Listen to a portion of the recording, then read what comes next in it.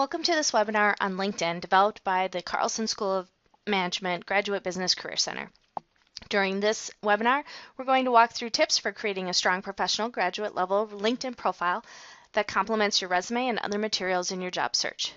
With over 546 million users worldwide, averaging 400 connections, and over 93% of recruiters using LinkedIn as a way to find talent, this is a critical part of your professional presence and job search process. Additionally, it's a cultural norm and expectation in the business world that you are linked on LinkedIn and networking. You can decide how much effort and time you want to invest on LinkedIn, but at least having a presence has become an expectation. And remember, the majority of recruiters are using this, so if you are not on LinkedIn, professionally speaking, you really don't exist. So the bottom line is that LinkedIn is the ideal space for MBAs who are going to be doing their networking, as well as targeting the audience that you want to communicate with and perhaps engage with from a job search process. So let's get started. The way we use LinkedIn is a number of ways. First, of course, it's representing yourself and seeing who's looking at your profile. That's number one. And then it's about studying profiles of other people who have particular jobs that you're interested in, finding out what they did and when they did it to help get to that level or that industry or that particular company. Finding contacts at a particular company is the probably number one thing people use LinkedIn for. Finding contacts you wouldn't otherwise meet are also an advantage. So not only who you know in your first circle, but how you can branch it out even further than that. And then also firming up connections with people you meet at networking events. This is one of those ongoing tools that you're going to use throughout the next couple of years in the program, and this is one of those things that getting real comfortable with LinkedIn will be an advantage to you in the long run. So a few tips as you think about creating your profile. Certainly we want you to be honest. Just like your resume and all your other application materials, your LinkedIn profile needs to be an accurate representation of yourself and your employment history.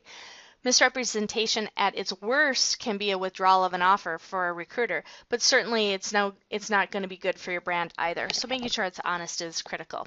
LinkedIn also needs to be complete. It provides prompts and lets you know when your profile is at 100%. These complete profiles are more likely to be found in searches, and we want all the sections to be filled out and essentially working for you even when you're not there, which is the great part about the LinkedIn profile. Additionally, we want it to be searchable. So you want to make your profile public, which might be different from how some of the other social media you may use. You might be on private settings, but in the case of LinkedIn, you want it public. Every word of your LinkedIn profile is an opportunity for a search engine to locate your profile. So using current keywords and industry terms is going to increase the likelihood of the searches locating you. Certainly in this space, we want to talk about evidence-based results. So what I mean here is to take every chance you have to show rather than tell how you are a fantastic employee. So giving specific examples of good work that you have done in the past is how you can communicate to others how you could be good in their particular space as well. Also, you can do this by soliciting some recommendations from colleagues and demonstrating non-confidential work in work samples as well. And then lastly, you want to make sure that it's heavily branded, meaning you're answering the question, who are you? The answer to this question could be evident through your word choice, your themes, your logos, your photo, the tone. And as we go through the next few slides, really what we're trying to get to is how do you communicate who you are in the LinkedIn profile. So before you start, spend some time thinking about your brand. Think about what's the first impression you want to make. Who's your target audience? What do you think that audience wants to hear about, and what are they looking for in their future employees? How do you communicate your greatest strengths, and how do you show what is differentiating you from your competitors? At the end of the day, what we want you to think about is in your brand is about being in alignment. Because when you're in alignment, not only are we talking about your headline and your summary and your expertise, and we know from the LinkedIn algorithms that these three sections have a lot of power when done in alignment, across the profile. But more importantly, in the big picture, this is going to fold into your other stuff too. So your elevator pitch, your resume, networking conversations, the interviews that you're doing, all of these are part of what makes up your brand as a whole. And so being in alignment and communicating that consistently in all of the places that you engage with a potential employer or contact is critical. So as we begin, we're going to look at all of these different sections and thinking about being in alignment with your brand. So first section is name and photo, and it will also include your headline. So make sure that your name is consistent across not only your application materials, but also your resume and your LinkedIn profile. You want to make sure you're using the same name across the board and whatever name you're known by. So if you happen to go by your middle name, then use that. But it's about making sure that you are not confusing the recruiter and not sort of two different names in two different places. To increase your visibility, you can use a vanity URL, which is where you customize the URL that LinkedIn gives you and gives customize it at the end of the URL tag so that it might say linkedin.com/Dan Smith. And so that way you can see you can be found as Dan Smith now going forward. From a photo standpoint, your photo should also match your brand. It should be professional. I want it to be where it's you alone. It doesn't mean that you have to be in a suit, but you don't want to be too casual. So you want to make sure that your business attire is matching the industry that you're targeting. Generally speaking, you don't want it to be too casual or too personal, nothing like a vacation picture or a wedding picture.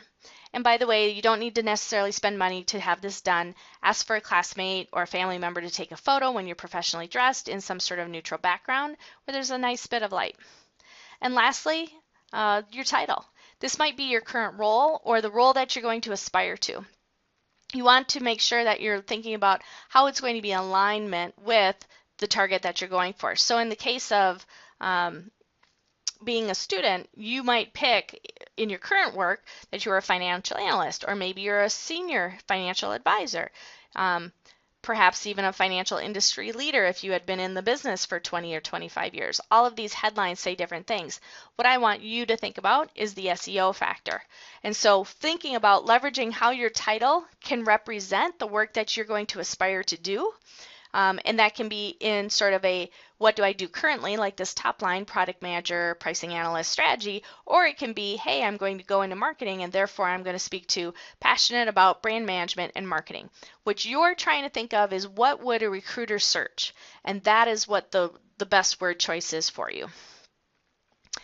Once you've completed your headline, you move on to the summary section. Now the summary section is really hard, and for a lot of people this might be the hardest section to work on. So in that case, what I might tell you is finish the rest of your profile and then come back and do the summary section last. But for the purposes of just going in order, you definitely want a summary section. Don't lose the opportunity to tell people more about yourself. So usually this is a very personal statement. On average, it's going to be 1 to 2 paragraphs long, roughly 3 to 5 sentences each. So it's going to have some information, but it's not going to be extensive, and you're not going to fill up every last spot in that summary section. This can be in first person, and it should be in your voice. We want it to sound like you. Your resume is quite a formal document, and sometimes we lose the personality when we do our resume. So this is an opportunity to show your personality. Open with a powerful sentence that sums you up and gets people thinking about who you are, and leverage keywords for the SEO and for industry that you're targeting, and the skills and the accomplishments that you've done in the past. And again, this can get really tough for some people, so sometimes this is the section that most people do after the rest of the sections have been completed. In the experience section, what we're trying to accomplish here is providing enough information to support the brand you're trying to communicate, but not over-communicate it. A good practice is to complete your resume first and then update your LinkedIn profile.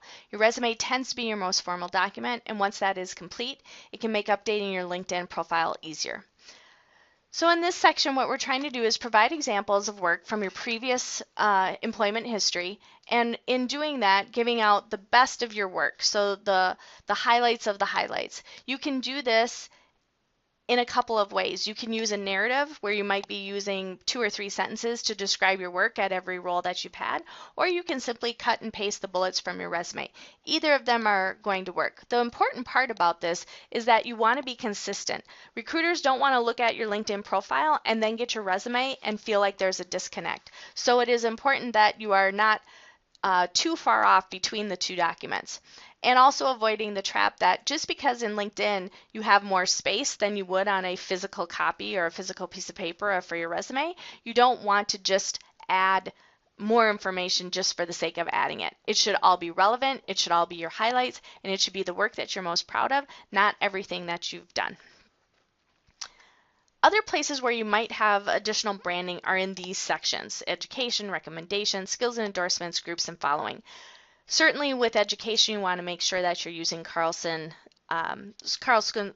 School. Not only is that an identifier from a profile standpoint, but that is how you can connect with other alumni more easily. Getting some recommendations from your colleagues for recent work is also very beneficial, but don't worry about it too much. If you have 2 or 3, that's great, but don't feel like you have to go and search out multiple recommendations. In skills and endorsements, this is another area that recruiters can search, and so making sure that the skills and endorsements that are listed are in alignment with what you want to do.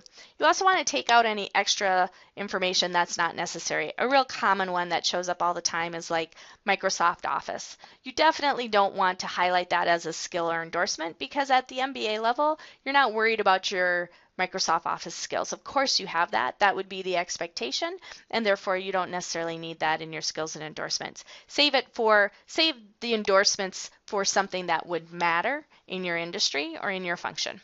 And then last, there's the groups and the people that you follow. By being in particular groups, you're able to connect with those members more easily, and certainly following the names or following the thought leaders in your particular area helps communicate your brand and the consistency of the work that you want to do. And with that, once you have filled those sections out, you really have a complete profile, and you can go ahead and start being active. It doesn't take much. You can start inviting people to connect with you. You can start joining groups that you want to be members of, and then you can continue to be active by jumping on LinkedIn for 2 or 3 times a week for 5 or 10 minutes at a time to congratulate people, to like and share articles that are in alignment with the brand that you are communicating. So if you are a marketer, share significant marketing articles that might be useful to your network. Promote and support others' work. Identify when people are doing a great job, and then feel free, if you really want to, go ahead and write and publish your own material. LinkedIn's a great resource for being able to put that information out there in a very easy way. So a few final thoughts. At this point, the goal is that you want a complete profile that's in your voice, on brand and in alignment, consistent with your resume, and then begin to join groups that match your target role and industry, and then be active. So this is the beginning of your LinkedIn profile. There will certainly be more information in future sessions. I want to thank you for joining me on this webinar this afternoon, and if you have any questions, feel free to reach out to the Graduate Business Career Center, and we would be more than happy to help you.